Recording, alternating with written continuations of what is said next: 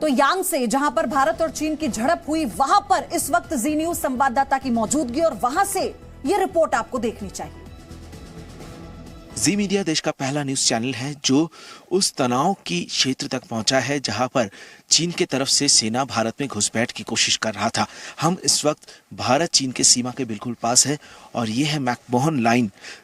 लेकिन exact location हमारा क्या है ये हम आपको नहीं बताएंगे देश की आंतरिक सुरक्षा के लिए। साथ ही हम ये भी नहीं दिखाएंगे कि आर्मी का, आर्म फोर्सेस का मूवमेंट क्या हो रहा है, कैसे हो रहा है, क्या स्ट्रैटेजी बन रहा है, उसका भी खुलासा हम नहीं करेंगे।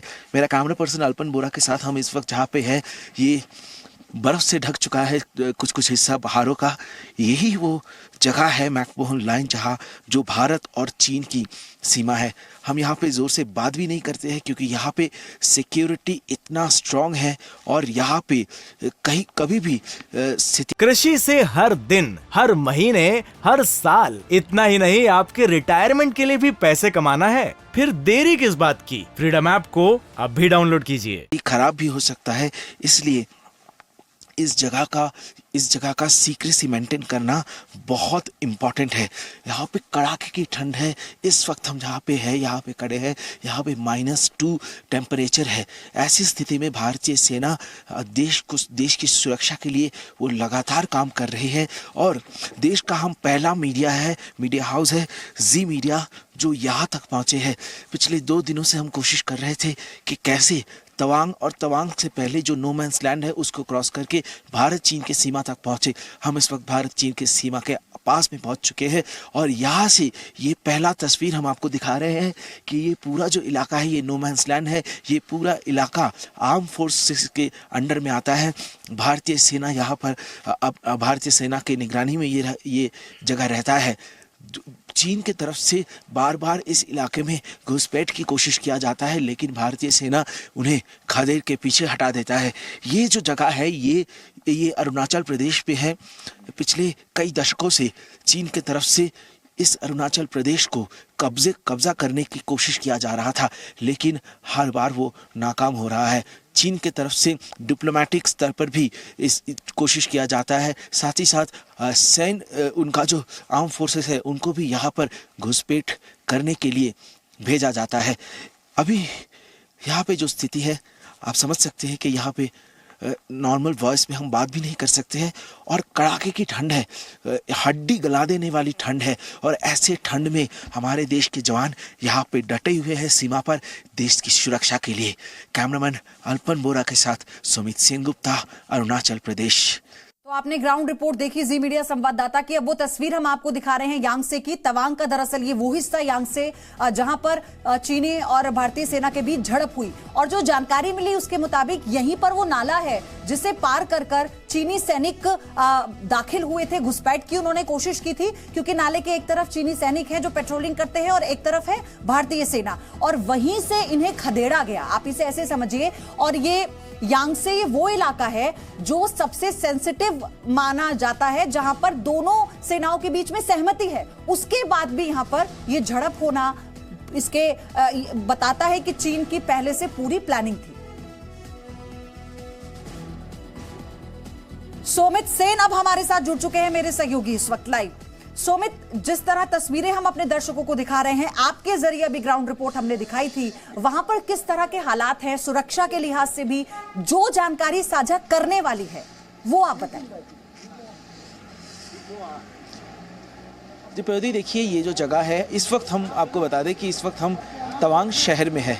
नेटवर्क का इशू है इसलिए हमें वहाँ से करीब 3 घंटा यंगस्टे से करीब 3 घंटा यहाँ पे लौट के आना पड़ा और फिर यहाँ पे आके हम ये फीड दर्शकों के लिए फाइल किए और दर्शकों को हम दिखा रहे हैं। इस वक्त मैं तवांग शहर में हूँ।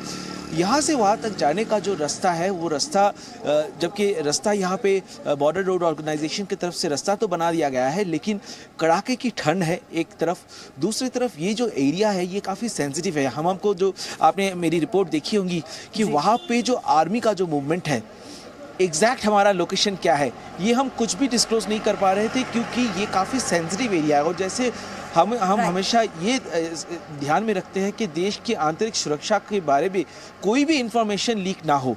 अगर हमारा ये जो मूवमेंट हो रहा था बॉर्डर के आसपास के एरिया में, हो सकता है कि चाइना की तरफ से भी वो सर्विलेंस करने की कोशिश कर रहा होगा, जबकि भारत की तरफ से वो बताया जाता है कि कोई किसी तरह की इलेक्ट्रॉनिक सर्विलेंस भी वो नहीं चला सकते। लेकिन फिर भी अगर सैटेलाइट इमेज से कोई भी मूवमेंट का अगर उनको भी पता चले तो वो भी कुछ प्लानिंग कर सकते हैं। तो इसीलिए बहुत सतर्क रहना पड़ा।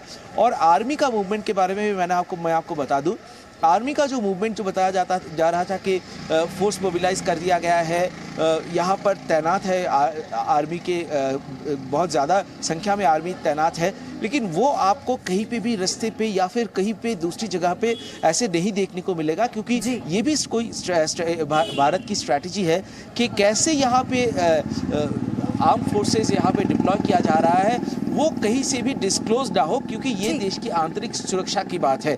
और यहाँ पे मैं आपको जी